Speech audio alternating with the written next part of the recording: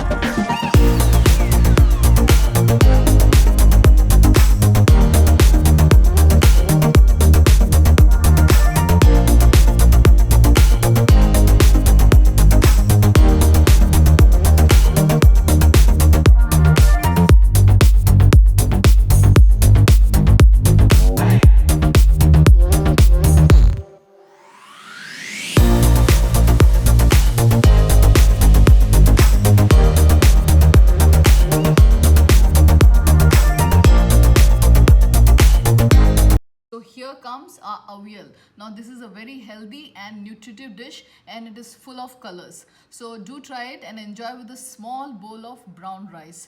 And I'll come again next week with one more new interesting and healthy recipe. Till then, stay blessed, keep smiling, and happy Onam again. Thank you so much.